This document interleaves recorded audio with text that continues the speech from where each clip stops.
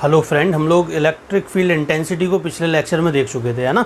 तो अब इस लेक्चर में हम डिस्कस करने जा रहे हैं properties of electric field lines.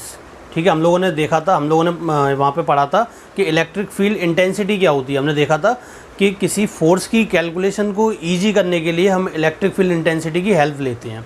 ठीक है, इसी तरीके से हम यहाँ पर एक हाइपोथेटिकल कंसेप्ट लेके आए हैं, electric field lines. Electric field जो है उसके इफ़ेक्ट को देखा जाता है और उस इफ़ेक्ट को ईजिली और अच्छी तरीके से समझने के लिए हम अज्यूम करते हैं कि स्पेस में किसी चार्ज के चारों तरफ कुछ लाइंस एग्जिस्ट करती हैं जिनको हम बोलते हैं इलेक्ट्रिक फील्ड लाइंस। ठीक है, तो इलेक्ट्रिक फील्ड लाइन का जो कंसेप्ट है वो हमारी इलेक्ट्रिक फील्ड की मैथमेटिकल कैलकुलेशन को स्टडी करने के लिए या ईजी करने के लिए हम यूज करते हैं। ठीक है ना, तो यहाँ पर हम उन लाइंस की कुछ प्रॉपर्टीज़ को स्टडी करेंगे। हम देखेंगे कि उन लाइंस को जो हम ड्रॉ करते हैं, इलेक्ट्रिक फील्ड लाइंस को, वो हमारे लिए कैसे हेल्पफुल हैं और उनको जो ड्रॉ करने का तरीका है वो तरीका क्या है। तो उन सारी चीज़ों को हम इस टॉपिक में यहाँ पर स्टडी करने जाएंगे। ठीक है, तो हमें पता है कि बेसिकली हमारे पास कितने चार्ज होते हैं, दो तरीके के चार्ज होते हैं।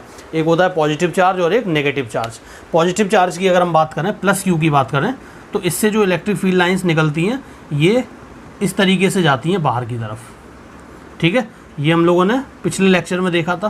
पॉजिटिव चार्ज से लाइंस जो हमें मिलेंगी इस तरीके से मिलेंगी, रेडियली आउटवर्ड। रेडियली आउटवर्ड मतलब बिल्कुल इस तरीके से ऐसे फैलेंगी चारों तरफ, स्फेरिकली सिमेट्रिकल डायरेक्शंस में फैलती हैं ये। तो ये पॉजिटिव चार्ज से निकलने वाली इलेक्ट्रिक फील्ड लाइंस हमें यहाँ पर मिली।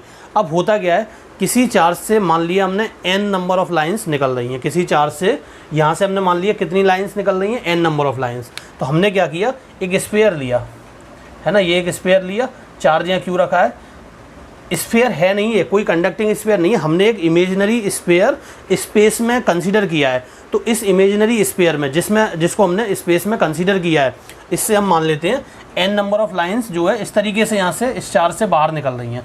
कितनी लाइंस, n लाइंस। इस स्फीयर की रेडियस हमने मान लिया स्मॉल r है, तो number of lines per unit area क्या होगा, या ऐसे बोल सकते हैं हम कि 4 pi r square surface area से निकलने वाली नंबर ऑफ़ लाइंस कितनी है, n। तो यूनिट एरिया से कितनी लाइंस यहाँ पे निकलेंगी, तो यूनिट एरिया से लाइंस निकलेंगी n upon 4 pi r square. ये लाइंस यहाँ से निकलेंगी n upon 4 pi r square. ये नंबर ऑफ़ लाइंस यहाँ से निकलेंगी। तो ये जो है ये क्या हो गया, इन लाइंस की डेंसिटी हो गई, मतलब number of lines passing through unit area. ये क्या हो जाएगी, इन इलेक्ट्रिक फील्ड लाइंस की डेंसिटी हो जाएगी। तो डेंसिटी अगर हम यहाँ पे लिखें, number of electric field line या इलेक्ट्रिक फील्ड लाइंस की डेंसिटी, तो हो जाएगी 4 पाई आर स्क्वायर। ठीक है, ये डेंसिटी हो गई। अब हम देख रहे हैं कि डेंसिटी जो है इनकी, ये इन्वर्सली प्रोपोर्शनल है आर स्क्वायर के। ठीक है, number of electric field lines जो है या इलेक्ट्रिक फील्ड लाइंस की जो डेंसिटी है वो 1 अपॉन आर स्क्वायर के प्रोपोर्शनल है या आर स्क्वायर के इन्वर्सली प्रोपोर्शनल है। इसका मतलब ये है कि जैसे जैसे हम दूर जाएंगे आर की वैल्यू क्या होगी, ये स्मॉल आर लिया है तो यहाँ भी या ऐसे कैपिटल कर लो, जैसे जैसे हम दूर जाएंगे आर की वैल्यू बढ़ती जाएगी और इलेक्ट्रिक फील्ड लाइंस की जो डेंसिटी है वो 1 अपॉन आर स्क्वायर के प्रोपोर्शन में घटती जाएगी। ठीक है, और डेंसिटी जो है वही, ये जो डेंसिटी है यही हमें इलेक्ट्रिक फील्ड इंटेंसिटी की इन्फॉर्मेशन देती है। तो इसी के प्रोपोर्शनल होती है इलेक्ट्रिक फील्ड इंटेंसिटी। तो हम बोल सकते हैं कि इलेक्ट्रिक फील्ड इंटेंसिटी जो है वो भी क्या होगा, आर के साथ साथ या आर स्क्वायर के साथ साथ घटती जाएगी। जैसे जैसे हम दूर जाएंगे आर की वैल्यू इंक्रीज होगी और आर जैसे जैसे इंक्रीज होगा electric field intensity as well as density of electric field lines both will increase. ठीक है, दोनों क्या होंगे, सॉरी इंक्रीज नहीं डिक्रीज होते जाएंगे, है ना। इलेक्ट्रिक फील्ड इंटेंसिटी और density of electric field lines ये दोनों क्या होंगे, आर के साथ साथ डिक्रीज होंगे। किस फॉर्मेट में डिक्रीज होंगे, 1 अपॉन आर स्क्वायर के फॉर्मेट में।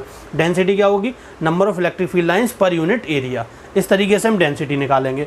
तो अगर हम इस वाली जगह पे देखें, इस वाले रीजन में अगर हम देखें तो यहाँ पर इलेक्ट्रिक फील्ड लाइंस की डेंसिटी क्या है, ज़्यादा, क्योंकि यहाँ पर हम देखें ये हमने क्या किया, 2-3 तरीके के सरफेसेस लिए, है ना। इस वाली सरफेस में से कितनी लाइंस निकल रही हैं, number of electric field lines n। इससे कितनी निकल रही हैं, इससे भी n निकलेंगी। देखो नंबर ऑफ़ फील्ड लाइंस जो निकल रही हैं, बाहर आ रही हैं सरफेस से, वो दोनों केस में क्या होंगी, बराबर, दोनों केस में इक्वल होंगी। इस सरफेस एरिया से जितनी लाइंस निकल रही होंगी वही तो इस वाले में से क्रॉस होंगी, मतलब इसमें से जितनी भी क्रॉस हो रही हैं वो इस वाली सरफेस में से ही निकल के बाहर आ रही होंगी। तो number of electric field lines for both the surfaces are equal, लेकिन यहाँ पे क्या है, डेंसिटी दोनों केस में अलग अलग है। डेंसिटी दोनों केस में कैसे अलग है, क्योंकि ये वाला जो एरिया है ये होगा, ये इसकी जो रेडियस है ये होगी R1 और ये हो गया अगर R2, तो R1 जो है कम है, R2 ज़्यादा है, यानी कि density of 1 is greater than density of 2।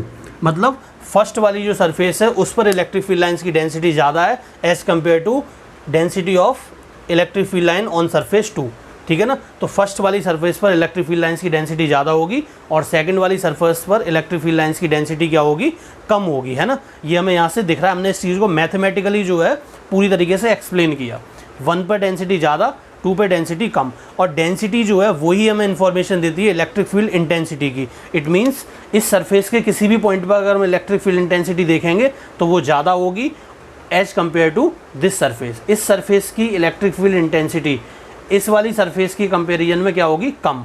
मतलब electric field intensity eight 1 is greater then electric field intensity eight 2। तो इसका मतलब ये हुआ किसी चार्ज के हम जितने क्लोज होंगे, जितने उसके पास में होंगे, इलेक्ट्रिक फील्ड इंटेंसिटी हमें उतनी ही ज़्यादा मिलेगी। तो ये हमने क्या किया, एक पॉजिटिव चार्ज के लिए इलेक्ट्रिक फील्ड लाइंस को किस तरीके से ड्रॉ करते हैं। एक आइसोलेटेड पॉजिटिव चार्ज हमने लिया है। आइसोलेटेड मीन्स कि और किसी चार्ज का इलेक्ट्रिक फील्ड इस चार्ज को अफेक्ट नहीं करेगा। तो एक आइसोलेटेड पॉजिटिव चार्ज के लिए इलेक्ट्रिक फील्ड लाइन जो है स्फेरिकल सिमेट्रिकल रीजन में हमें मिलती हैं।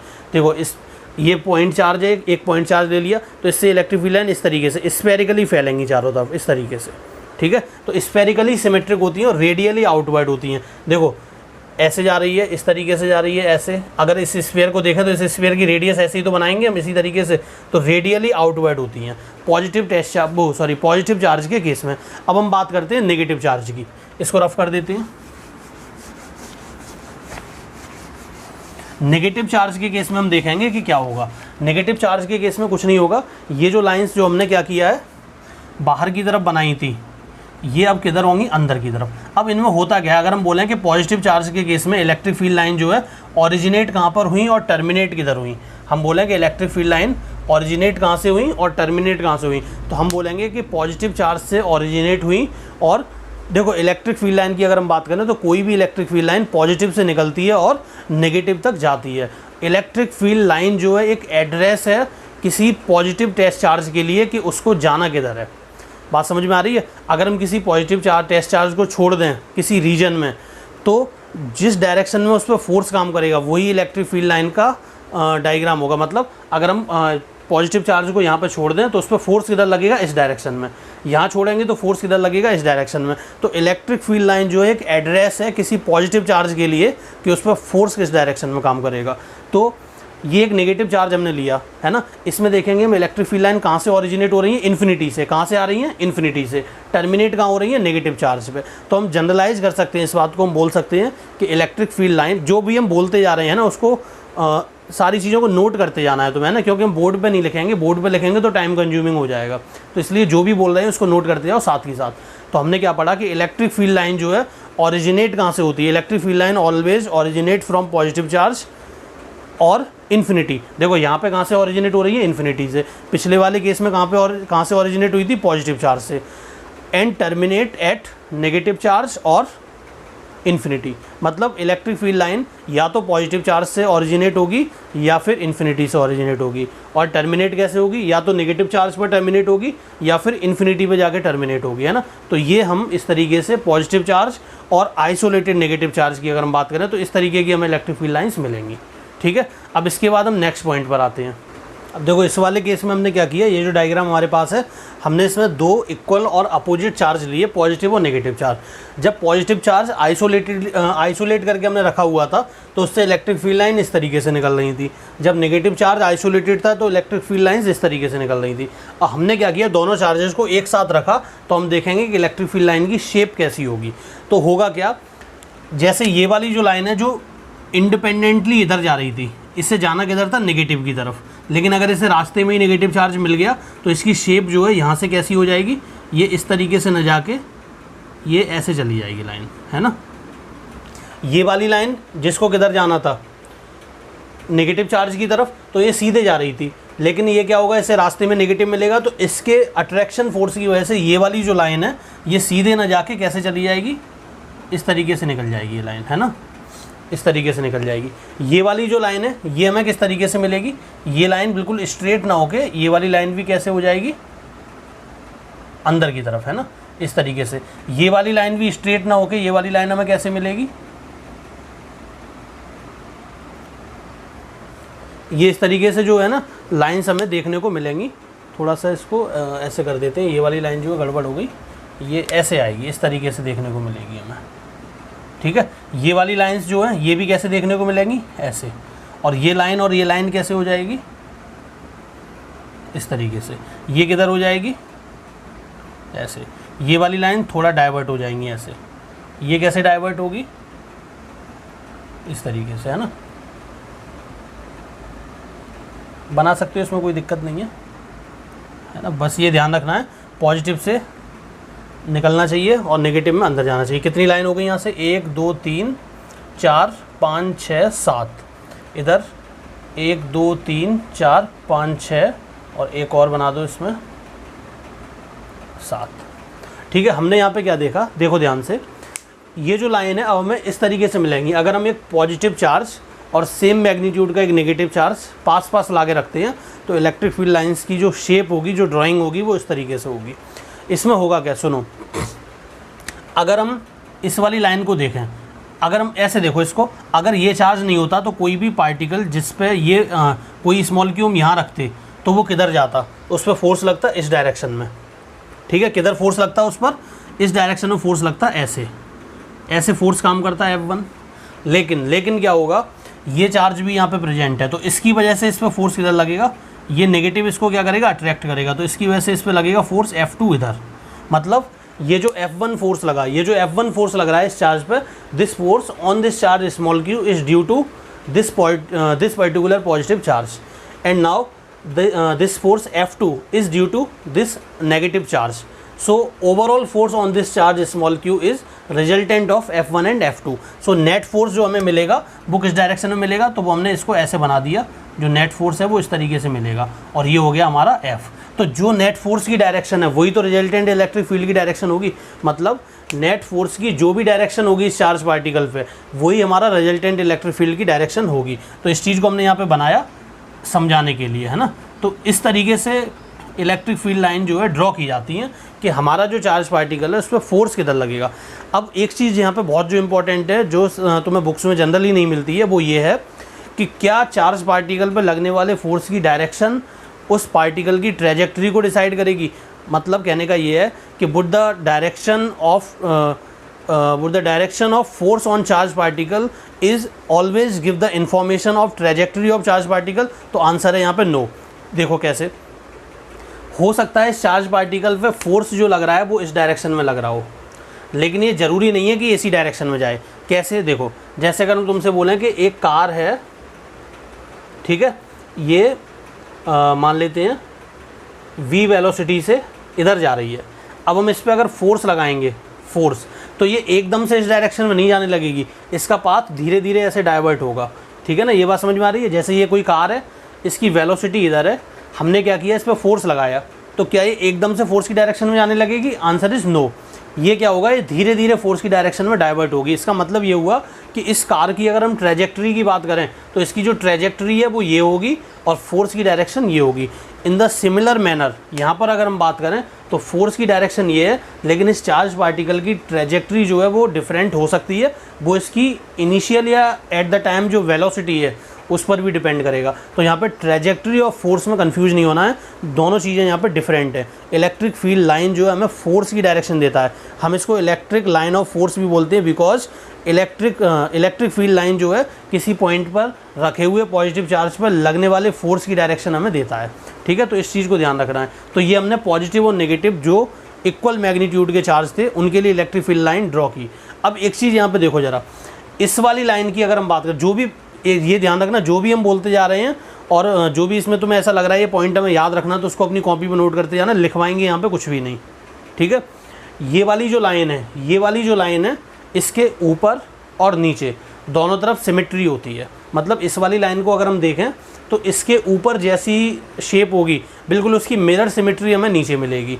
मतलब कहने का, ऊपर देखो कितनी लाइन्स हैं, 1 2 3 4 5 6, तो नीचे भी 1 2 3 4 5 6। जैसी ये लाइन ऊपर जा रही होगी वैसे ये लाइन नीचे जा रही होगी, ये जैसे ऊपर वैसे ये नीचे, इसी तरीके से हमें देखने को मिलेगा।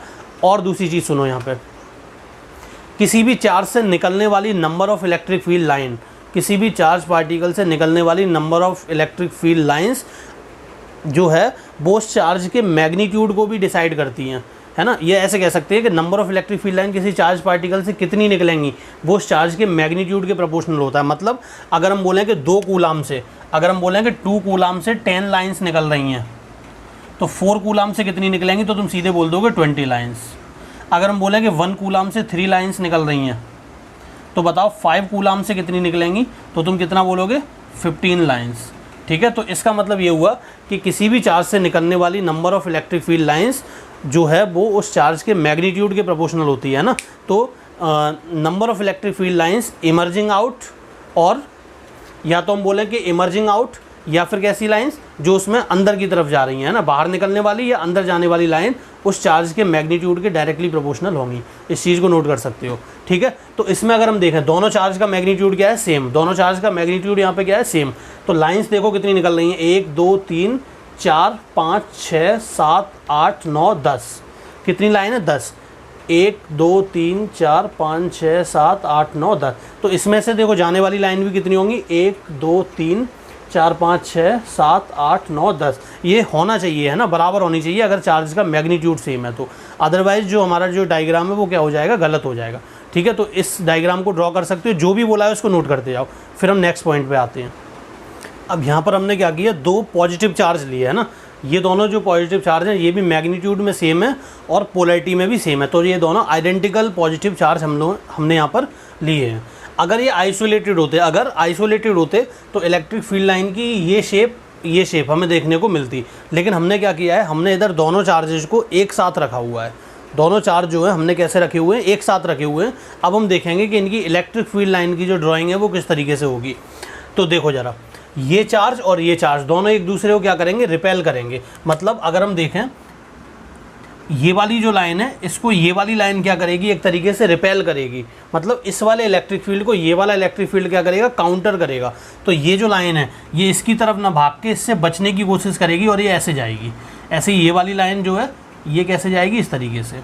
और भी लाइन्स होंगी वो इसी तरीके से निकल जाएंगी, इस तरीके से। ये वाली लाइन ऐसे जाएगी, ये लाइन ऐसे जाएगी, और ये लाइन जो है ये भी इससे क्या करेगी, बचने की कोशिश करेगी, और ये कैसे चली जाएगी, इस तरीके से। ठीक है, इसी तरीके से ये वाली जो लाइन है, लाइंस तो हम कितनी बना सकते हैं वो तो फिर अभी कोई फिक्स नहीं है कि कितनी लाइंस बनानी है। ये ऐसे और ये इस तरीके से। ठीक है, अब देखो हमें बराबर भी रखना है, 1 2 3 4 5 6 7। 1 2 3 4 5 6 और एक और बना दो 7। ठीक है, अब इसकी अगर हम बात करें, इसमें क्या होगा, 1 2 3 4 5 6 और ये लाइन जो है ये कैसे जाएगी, इस तरीके से। देखो 1 2 3 4 5 6 7, इधर 1 2 3 4 5 6 7। थोड़ा बहुत डायग्राम में बिल्कुल सिमिलैरिटी एकदम से तो नहीं आ पाएगी, तो उस चीज़ को थोड़ा सा तुम्हें कंसर्न होना है, उस चीज़ के लिए ज़्यादा, मतलब इस चीज़ के लिए थोड़ा सा ध्यान रखना है। बिल्कुल एग्जैक्ट तो नहीं बना पाएंगे क्योंकि ड्राइंग है, ये हैंड रिटन है। प्रोग्राम, ये जो डायग्राम है ना, ये बिल्कुल ये प्रोग्राम के थ्रू बनाए जाते हैं। इस वाले में अगर हम बात करें तो इसमें भी हम कैसे बना सकते हैं, 1 2 3 4 5 6 और ये 7। ठीक है, तो ये इस तरीके का स्ट्रक्चर हमें देखने को यहाँ पे मिलेगा। इसमें कुछ पॉइंट्स ऐसे भी होंगे, कुछ पॉइंट यहाँ ऐसे एग्जिस्ट करेंगे जहाँ पर इलेक्ट्रिक फील्ड इंटेंसिटी की वैल्यू जो है 0 होगी। ऐसे पॉइंट जहाँ पर इलेक्ट्रिक फील्ड इंटेंसिटी की वैल्यू 0 होगी, उन पॉइंट्स को हम बोलते हैं न्यूट्रल पॉइंट्स। ठीक है, तो बताओ ज़रा, इन दो चार्जेस के बीच में, दो चार्ज पॉजिटिव में, किस पॉइंट पर इलेक्ट्रिक फील्ड इंटेंसिटी 0 हो सकती है। मान लिया इस पॉइंट पर, तो ये जो पॉइंट है इसको हम बोलेंगे न्यूट्रल पॉइंट। बीच में कोई लाइन नहीं होगी क्योंकि ये वाली लाइन को ये वाली लाइन रिपेल करेगी। तो n जो है यहाँ पर क्या हो जाएगा, न्यूट्रल पॉइंट। n हो गया हमारा न्यूट्रल पॉइंट। न्यूट्रल पॉइंट वो पॉइंट्स होते हैं जिन पर इलेक्ट्रिक फील्ड इंटेंसिटी की वैल्यू क्या होती है, 0। क्योंकि ये पॉइंट इस वाले चार्ज से और इस वाले चार्ज से इक्विडिस्टेंट है, मतलब इससे इस पे लगने वाला जो फोर्स होगा, अगर हम यहाँ पे कोई चार्ज रख दें तो इसकी वजह से इस पे लगने वाला फोर्स इधर और इसकी वजह से इस पे लगने वाला फोर्स इधर, दोनों इक्वल और अपोजिट डायरेक्शन में, इक्वल अमाउंट में और डायरेक्शन में अपोजिट हैं, तो रिजल्टेंट उनका हो जाएगा 0। इसी तरीके से इस पॉइंट पर इस चार्ज की वजह से इलेक्ट्रिक फील्ड इंटेंसिटी इधर होगी और इस चार्ज की वजह से इस पॉइंट पे इलेक्ट्रिक फील्ड इंटेंसिटी इधर होगी, दोनों एक दूसरे को क्या कर देंगे, cancel. So this point is called neutral point. Neutral point वो है जहाँ पर इलेक्ट्रिक फील्ड इंटेंसिटी की वैल्यू क्या होती है, 0। तो इस डायग्राम को भी ड्रॉ कर सकते हो। Number of electric field line इस चार्ज से निकलने वाली और इस चार्ज की बात करें इससे निकलने वाली, दोनों यहाँ पे क्या होंगी, बराबर, ठीक है। और इस वाली लाइन के अबाउट ऊपर और नीचे दोनों तरफ यहाँ पे हमें सिमेट्री मिलेगी। तो इस डायग्राम को भी हम नोट कर सकते हैं। इसके बाद हम फिर नेक्स्ट प्रॉपर्टी पर आते हैं। अब यहाँ पे हमें 2 डायग्राम दिए हुए हैं, 1 और 2। 1 वाले डायग्राम में अगर हम देखें तो हमें लाइंस जो है बिल्कुल एकदम स्ट्रेट या ऐसे कह सकते हो बिल्कुल पैरेलल लाइंस हमें देखने को मिल रही हैं। इन पैरेलल लाइंस का क्या मतलब है, ये जो पैरेलल लाइन है अगर हम इनको ध्यान से देखें तो इनकी डायरेक्शन जो है सभी की सेम है। दूसरी चीज़, अगर हम डेंसिटी देखें, डेंसिटी मतलब हमने क्या किया, एक सरफेस ले ली इस तरीके से, है ना। तो डेंसिटी अगर हम देखें तो जहाँ पर इस वाले रीजन में जैसी डेंसिटी है इलेक्ट्रिक फील्ड लाइंस की, सेम डेंसिटी हमें इस वाले रीजन में मिलेगी, ठीक है। मतलब डेंसिटी का मतलब ये है कि ये वाला एरिया और ये वाला एरिया दोनों क्या होंगे, बराबर। तो और दोनों एरिया से निकलने वाली जो number of electric field lines है वो भी क्या है, इक्वल। तो यहाँ से जाने वाली लाइंस और यहाँ से जाने वाली लाइंस दोनों सेम है, और यहाँ पर डेंसिटी और यहाँ पर डेंसिटी, दोनों जगह पर डेंसिटी भी क्या है, सेम। तो ऐसे इलेक्ट्रिक फील्ड को हम बोलते हैं यूनिफॉर्म इलेक्ट्रिक फील्ड और कांस्टेंट इलेक्ट्रिक फील्ड। कांस्टेंट और यूनिफॉर्म मतलब same magnitude and same direction, ठीक है। समझ में आ रहा होगा। डेंसिटी जो है सारे पॉइंट्स पे सेम है, कहीं पे भी ऐसा नहीं है कि बहुत ज़्यादा एकदम से लाइंस मिल रही। जैसे इस डायग्राम में देखो, इसमें यहाँ देखोगे तो बहुत ज़्यादा पास हैं लाइंस, और यहाँ पर देखोगे इस वाले रीजन में तो लाइंस क्या हो गई हैं, डाइवर्ज हो गई हैं। तो यहाँ पर हम देखेंगे तो 1 पर डेंसिटी ज़्यादा है और 2 पर डेंसिटी कम है, और डेंसिटी ही इलेक्ट्रिक फील्ड इंटेंसिटी का मतलब एड्रेस हमें देती है। तो हम बोल सकते हैं डेंसिटी 1 पे ज़्यादा है, it means electric field intensity at point 1 is more as compare to electric field intensity at point 2। तो यहाँ पर ये जो इलेक्ट्रिक फील्ड है नॉन यूनिफॉर्म इलेक्ट्रिक फील्ड है, क्योंकि सारे पॉइंट पर डायरेक्शन इलेक्ट्रिक फील्ड की अलग अलग है और इंटेंसिटी भी सारे पॉइंट्स पर अलग अलग होगी। तो ऐसे इलेक्ट्रिक फील्ड को हम बोलते हैं नॉन यूनिफॉर्म इलेक्ट्रिक फील्ड। अब चलो एक चीज़ और देखते हैं इसमें, ज़रा इसे रफ कर देते हैं।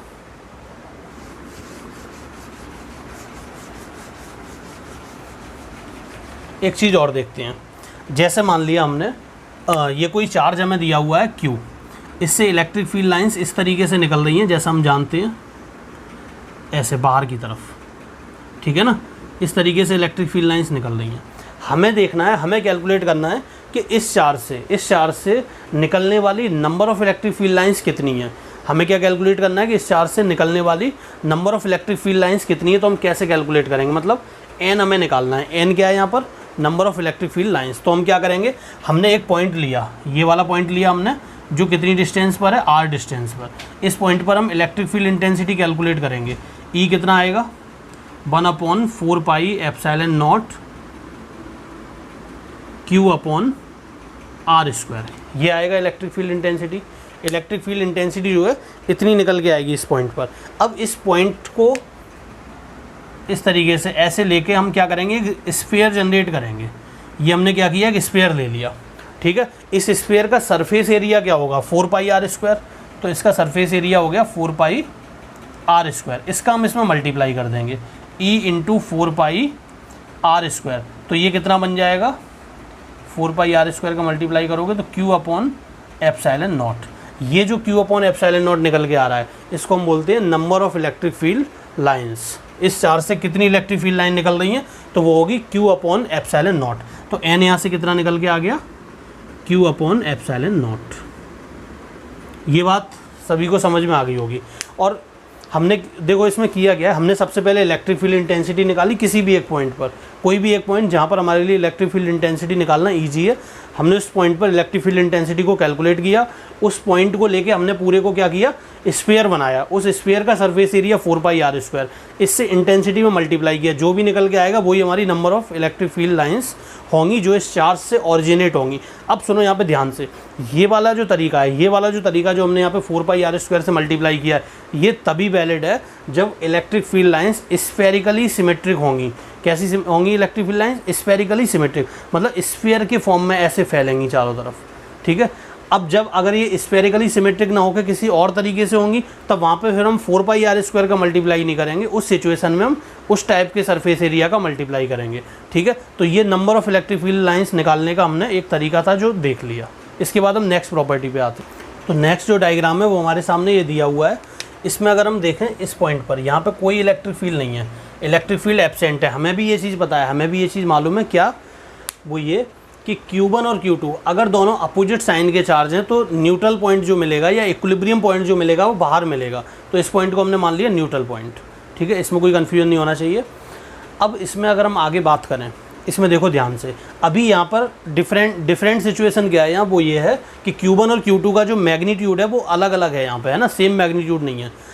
पोलैरिटी जो है, साइन जो है वो दोनों के डिफरेंट है ना, अपोजिट साइन में है, मैग्नीट्यूड दोनों का अलग अलग है।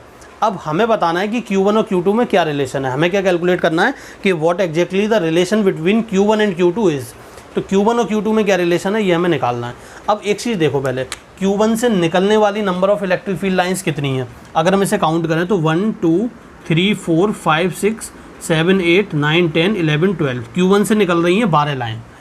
Q2 में जाने वाली number of electric field lines कितनी है, देखो ज़रा, 1 2 3 4 5 6, Q2 में 6 जा रही हैं। बाकी जो 3 लाइन्स हैं, बाकी जो 6 लाइन्स हैं उनमें से 2 तो इधर से ऐसे निकल गई और 1 2 3 4 ऐसे चली गई। ये जो 6 लाइन है, ये जो एक्स्ट्रा 6 लाइन्स हैं, ये Q2 तक नहीं पहुंच रही।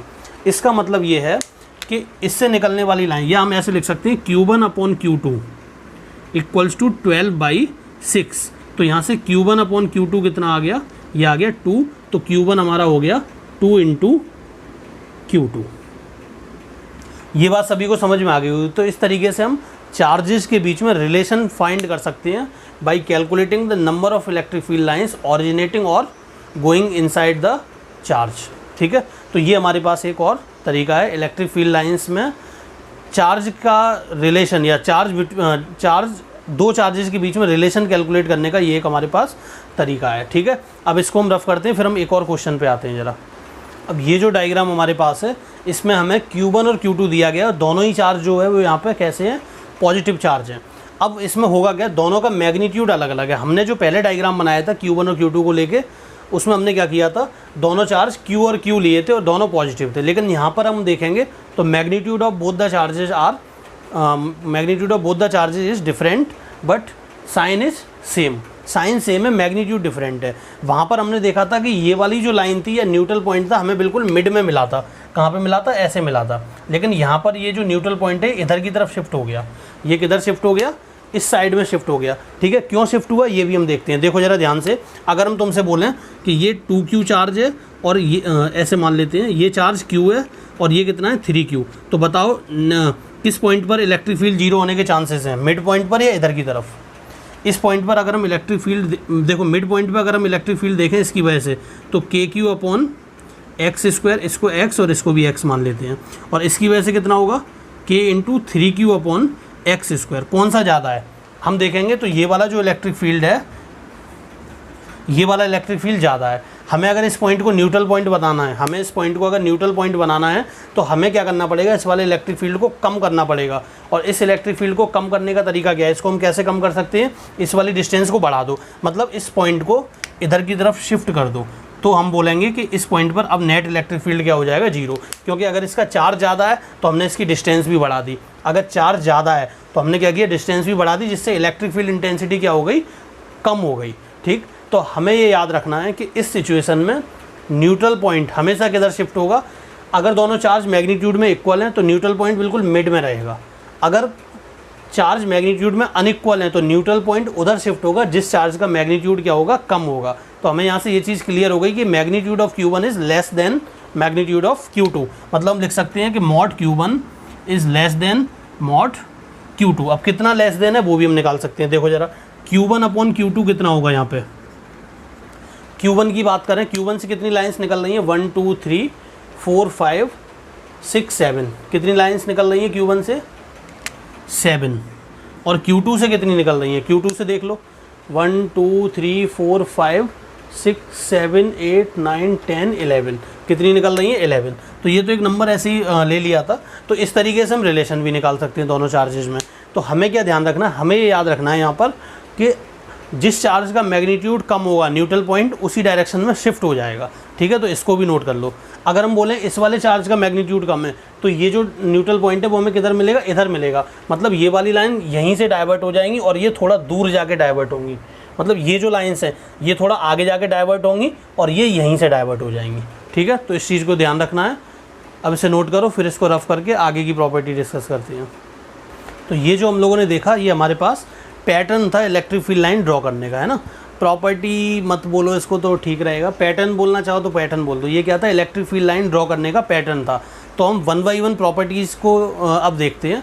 प्रॉपर्टीज़ कोई बहुत बड़ी चीज़ नहीं है, उसमें हम पॉइंट वाइज तो मैं बोलते जा रहे हैं, तो मुझसे नोट करते जाओ, है ना।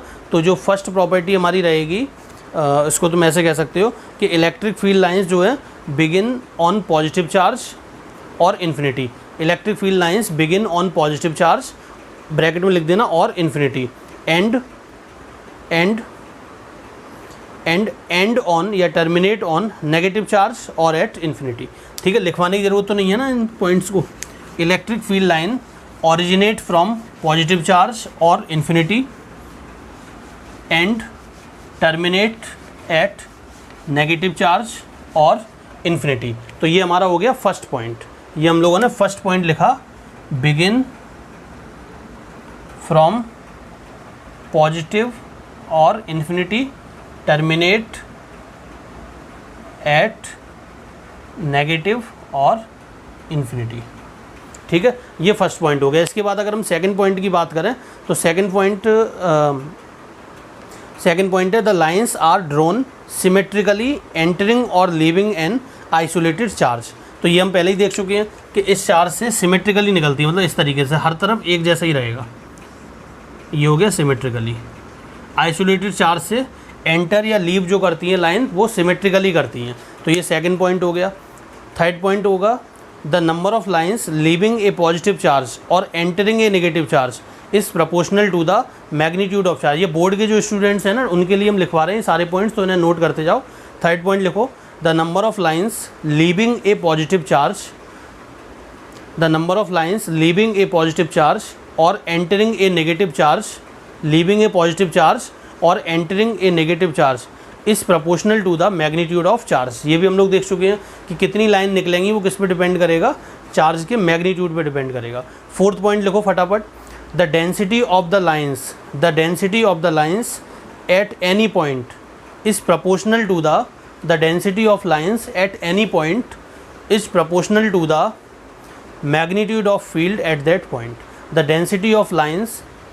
Density of electric field lines at any point is proportional to the magnitude of electric field at that point। ठीक है, नेक्स्ट पॉइंट इसके बाद हम लोग लिखेंगे, लिखो नेक्स्ट पॉइंट लिखो, electric field lines, next point, electric field lines do not intersect each other. Electric field lines do not intersect each other because if they intersect then at the point of intersection there will be two directions of electric field intensity। At the point of intersection there will be two directions of electric field intensity which is not possible। देखो कैसे, जैसे अगर हम बोलें कि दो electric field line क्या कर रही हैं, इंटरसेक्ट कर रही हैं, एक ऐसे जा रही है दूसरी ऐसे जा रही है। तो इस पॉइंट पर हम क्या करेंगे, देखेंगे तो इस पॉइंट पर एक इलेक्ट्रिक फील्ड की डायरेक्शन हमें इधर मिल रही है, दूसरी इधर मिल रही है। तो एक ही पॉइंट पर इलेक्ट्रिक फील्ड की दो अलग अलग डायरेक्शन जो है पॉसिबल नहीं है। ठीक, इसके बाद नेक्स्ट पॉइंट लिखो, ये डायग्राम बना लेना। इसके बाद नेक्स्ट पॉइंट लिखो the tangent drawn at any point on electric field line the tangent drawn at any point on electric field line give the direction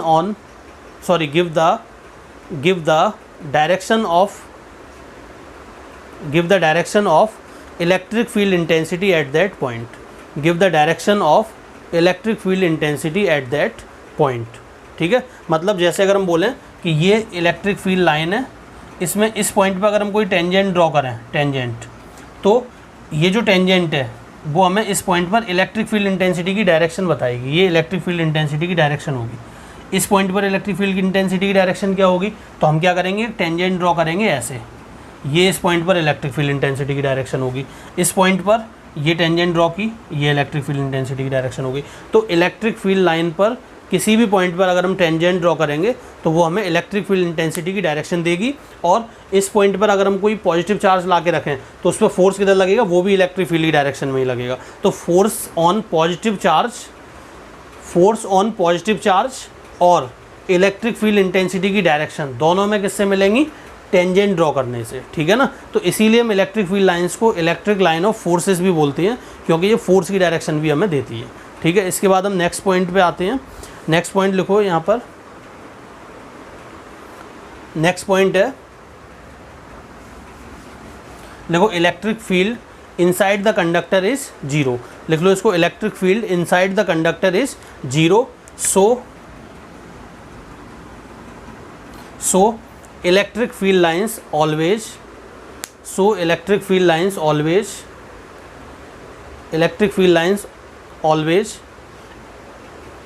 come out or enter perpendicularly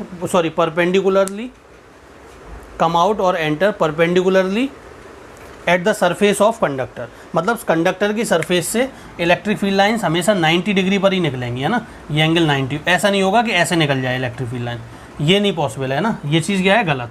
कैसे निकलेगी lines, इस तरीके से, ऐसे 90 degree पर ही निकलेगी, है ना। तो इस चीज़ को ध्यान रखो। अब इस पे रिलेटेड अगर हम ये क्वेश्चन करें तो क्वेश्चन क्या है, देखो ज़रा फटाफट। हमने दिया गया है कि बताना है कौन सा करेक्ट है, 1 2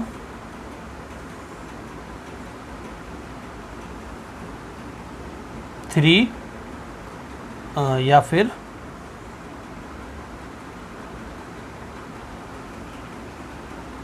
4, इसमें से कौन कौन से करेक्ट हैं, ये हमसे पूछा गया है। तो पहला वाला तो गलत हो गया, क्योंकि कंडक्टर के, ये कंडक्टर हमें दिया हुआ है, कंडक्टर के अंदर इलेक्ट्रिक फील्ड क्या होता है, zero.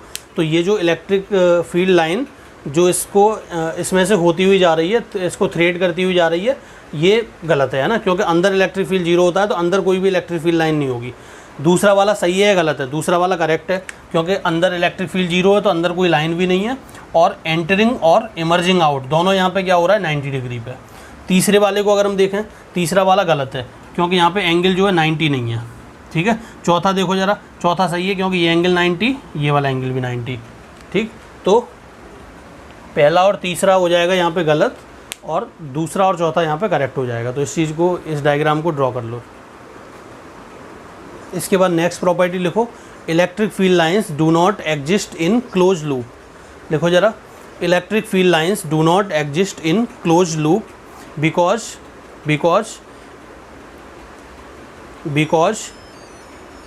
electric field is conservative in nature, because electric field is conservative in nature, because electric field is conservative in nature। इसका मतलब क्या है, देखो जैसे अगर हम बोलें यहाँ पर इलेक्ट्रिक फील्ड लाइन मान लिया हमने क्लोज लूप में इस तरीके से काम कर रही है। ठीक है, हमने 2 पॉइंट लिए यहाँ पर, A और B, इन दोनों के बीच की डिस्टेंस हमने मान लिया D है। हम क्या कर रहे हैं, एक चार्ज को A से B लेके जा रहे हैं, तो फोर्स कितना लगेगा उस पर, Q इंटू E, और डिस्प्लेसमेंट कितना हुआ, D। दोनों सेम डायरेक्शन में, देखो फोर्स भी इधर लगा और डिस्प्लेसमेंट भी इसी डायरेक्शन में हुआ। ठीक है, सही है ये, A टू B। अब हम क्या कर रहे हैं, उसे B से A लेके आ रहे हैं, B से, ये हमारा क्या हो गया, वर्क डन हो गया है ना, ये फोर्स हो गया और ये डिस्प्लेसमेंट हो गया। फोर्स किधर लगा, इधर, है ना। या इसको एक काम करो, इस तरीके से ना बना के ऐसे बना लो,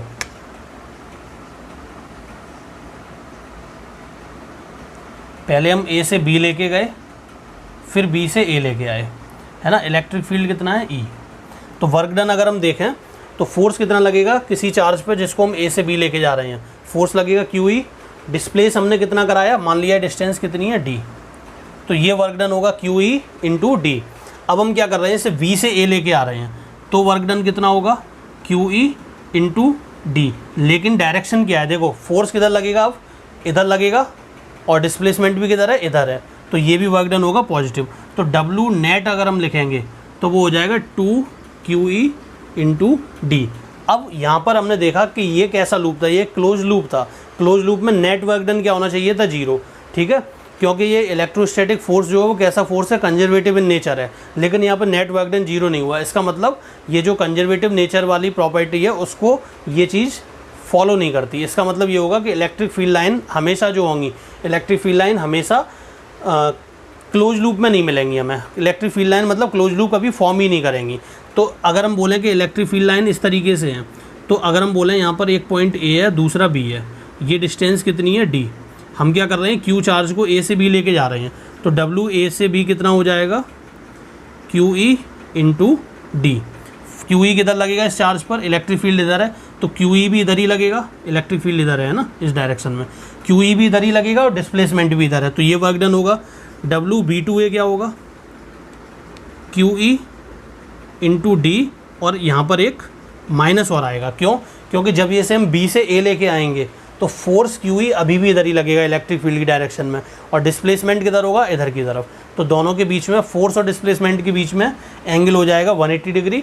तो वर्क डन होता है फोर्स डिस्प्लेसमेंट कॉस थीटा, तो कॉस 180 हो जाएगा -1। अब इन दोनों को अगर हम ऐड करेंगे डब्ल्यू नेट, तो ये क्या निकल के आएगा, 0, ठीक है। तो ये चीज़ जो है कंजर्वेटिव नेचर को सेटिस्फाई कर रही है।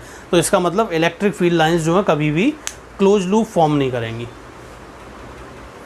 तो हम लोगों ने 1 बाई 1 इलेक्ट्रिक फील्ड लाइंस की सारी प्रॉपर्टी को डिस्कस किया। इलेक्ट्रिक फील्ड लाइंस का पैटर्न कैसा होगा उसको भी डिस्कस किया।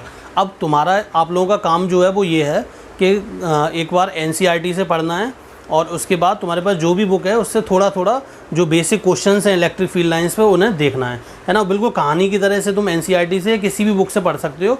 जितने मैक्सिमम पॉइंट कवर हमें करना था वो हमने यहाँ पर कवर किए। अब इससे रिलेटेड जो न्यूमेरिकल्स होंगे, इलेक्ट्रिक फील्ड लाइन से रिलेटेड जो न्यूमेरिकल होंगे, उन्हें हम आने वाली वीडियोज़ में डिस्कस करेंगे, है ना। तो तब तक के लिए इस चीज़ को अच्छी तरीके से नोट करो, अपने दोस्तों के साथ शेयर करना, है ना। तो कंटिन्यूसली जिन लोगों ने चैनल को सब्सक्राइब नहीं किया वो चैनल को सब्सक्राइब करें, जिससे लगातार जो वीडियोज़ के अपडेट हैं वो तुम्हें मिलते रहेंगे ना। कोई भी वीडियो मिस नहीं होना चाहिए, सीक्वेंस से देखना है। अब जो लोग आज इस वीडियो को देख रहे हैं वो पुराने वाले वीडियोज़ को भी जब देख लेंगे तब उन्हें चीज़ें एक सीक्वेंशियल ऑर्डर में समझ में आएंगी, है ना। तो आज के लिए थैंक यू।